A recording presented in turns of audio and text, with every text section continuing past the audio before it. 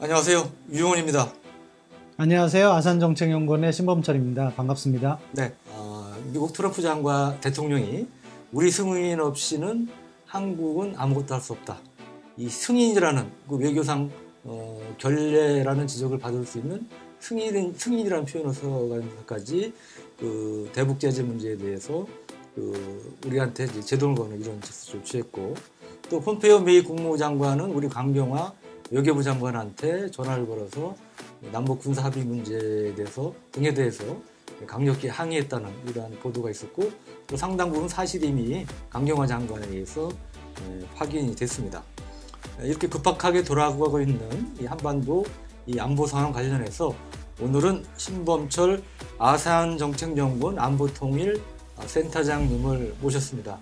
네, 우선 제가 좀 전에 말씀드렸지만 트럼프 대통령이 우리 그 강경화 장관의 그 발언이 나온 다음에 그 대북 제재 문제 관련해서 우리가 승인하지 않으면 한국 아무것도 할 수 없다 이런 얘기를 했는데, 저는 미국 대통령이 우리 외교부 장관의 발언에 대해서 그렇게 직설적으로 강도 높은 표현을 한 적은 못 들어본 것 같은데 처음 아닙니까? 이제 없습니다. 그런 적이 한 번도 없었을 겁니다. 네.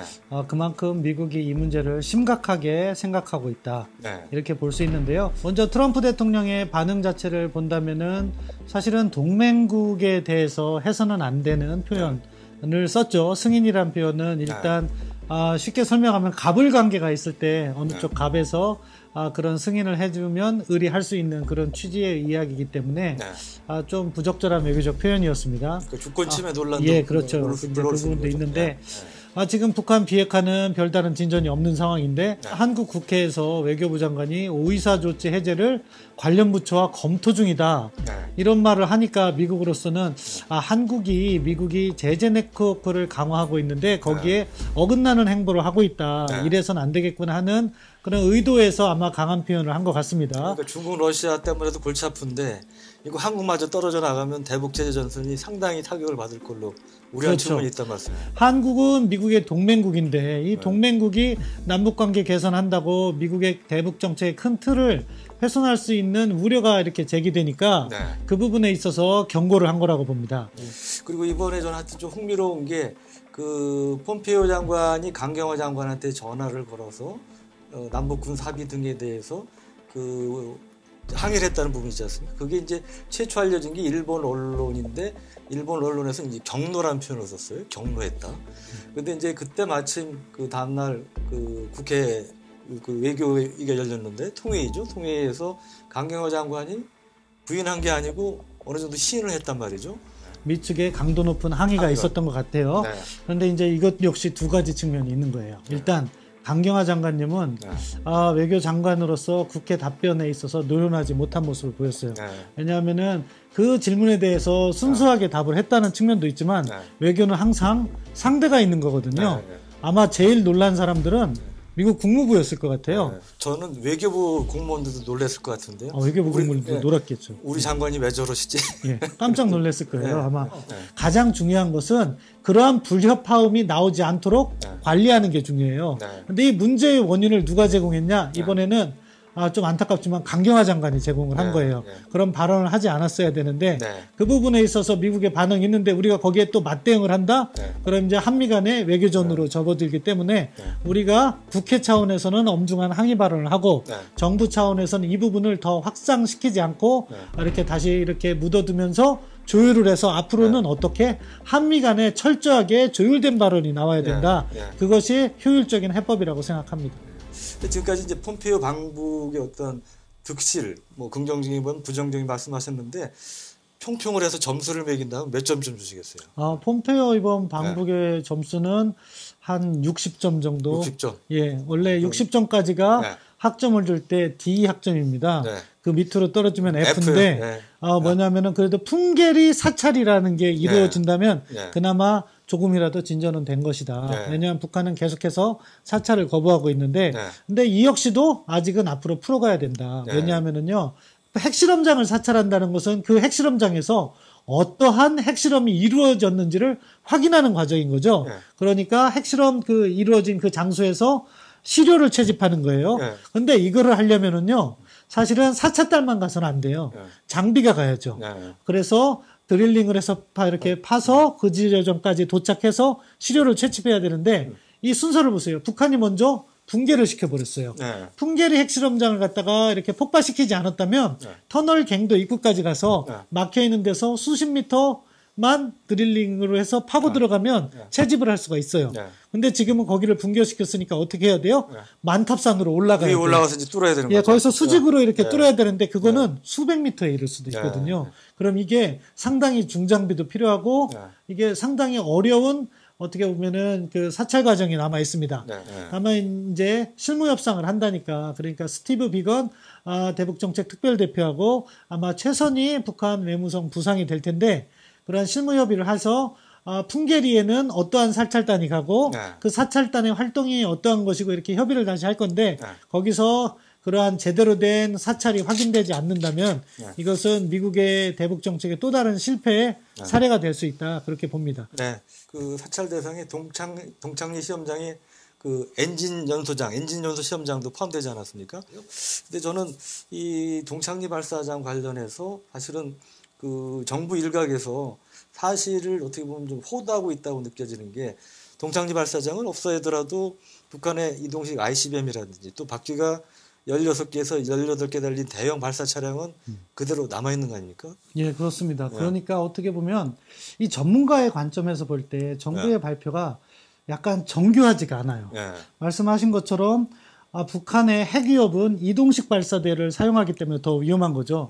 이 동창리 발사대는 말씀하신 것처럼 북한은 스스로 우주의 평화적 이용, 인공위성 발사체라고 하고서는 해왔던 거예요. 근데 그것이 거짓말이라는 게 나타난 거죠.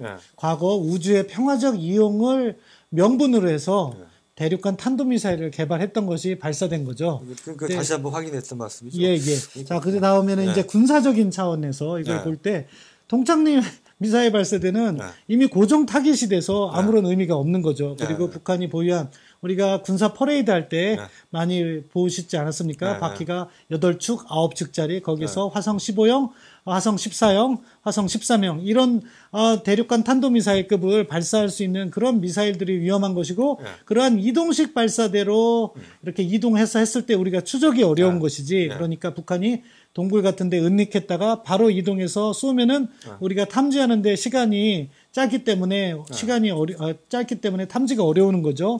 그런 것들이 위협적인데 그러한 부분을 가만히 놔두고 이러한 고정식 발사대가 폐기됐으니까 뭐 북한의 핵위협이 해소된다 이런 논리로 접근하는 것은 옳지 않다고 봅니다. 어떻게 보면 북한 핵 능력에 대한 검증을 100이라고 놓을 때 풍계리는 한 6, 7 정도 된다고 봐요. 동창리는 한 3, 4도 안 됩니다. 왜 그러냐? 거기 엔진을 개발했던 건데 이미 엔진 능력은 북한이 보여줬어요. 이미 사거리는 13,000km까지 보낼 수 있다는 거. 그러니까 그 시설을 가봤자 거기서 새롭게 나올 건 없다. 그렇기 때문에 중요하지 않고 중요한 것은요.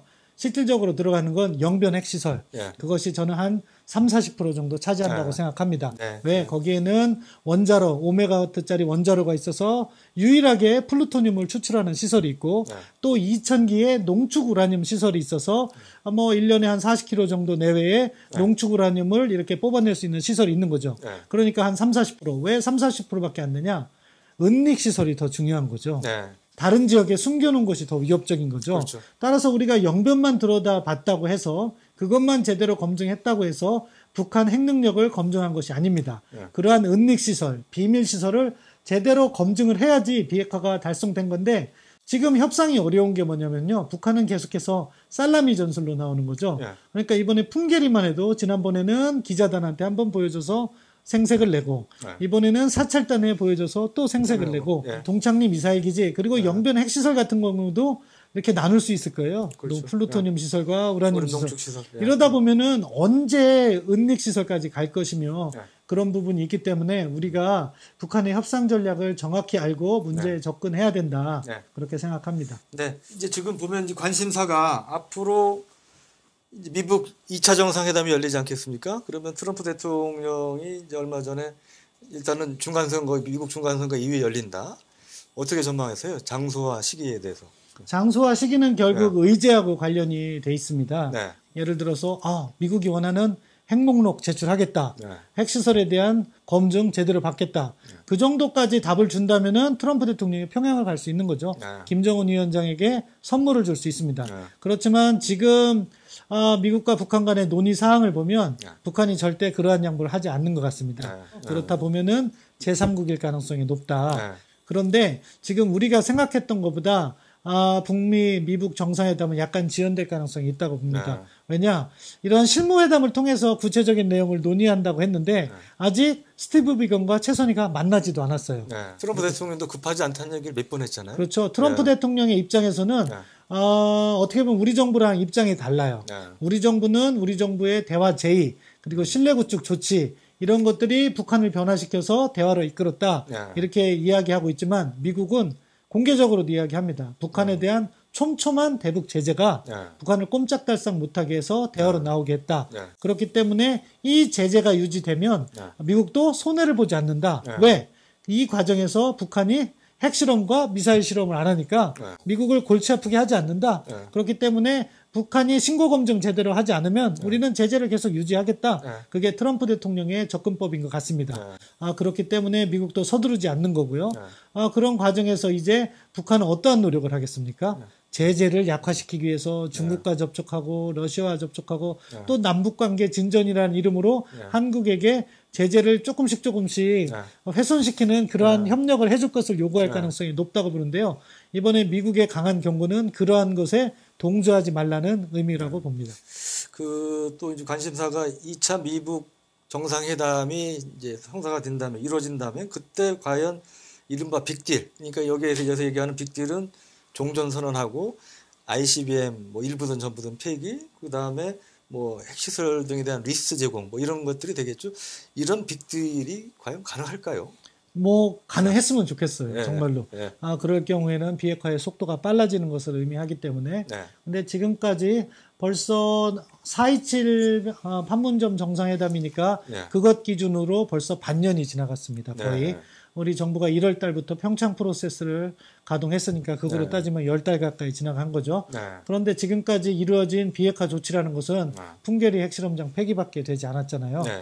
그런 걸 보면 그러한 빅딜은 쉽지 않을 것이다. 네. 그렇게 생각합니다. 네. 그래서 일부에서는 스몰딜 이야기가 나오더라고요. 네. 조금씩 주고받는 거. 네. 사실 그렇게 되면 그게 일종의 북한의 살라미에 응한 것일 수밖에 없는데 네. 좋다. 그렇게 가더라도 대신에 무엇을 검증을 철저히 하고 간다면은 네. 그 과정에서 우리가 한미 공조만 튼튼히 한다면은 이 시간이 길어진다고 하더라도 결국 비핵화로 이끌어 나가는 거니까 스몰 딜로 간다면 검증을 더더욱 철저히 해라. 이 말씀을 드리고 싶습니다. 네. 앞으로 올해 말까지 지금 한 3달도 안 남았죠. 근데 우리 한반도 안보에 있어서 중요한 변수들, 그 다음에 이슈들이 실행되거나 또는 제기될 수 있는 그러한 중요한 전환점, 격변기를 맞는 이러한 시기가 될 것 같고, 그런 점에서 저희 미국담도 계속 눈을 부릅뜨고 지켜보겠습니다. 오늘 장시간 좋은 말씀 주신 신 박사님 감사합니다. 감사합니다. 네, 이상 방송을 마치겠습니다. 고맙습니다.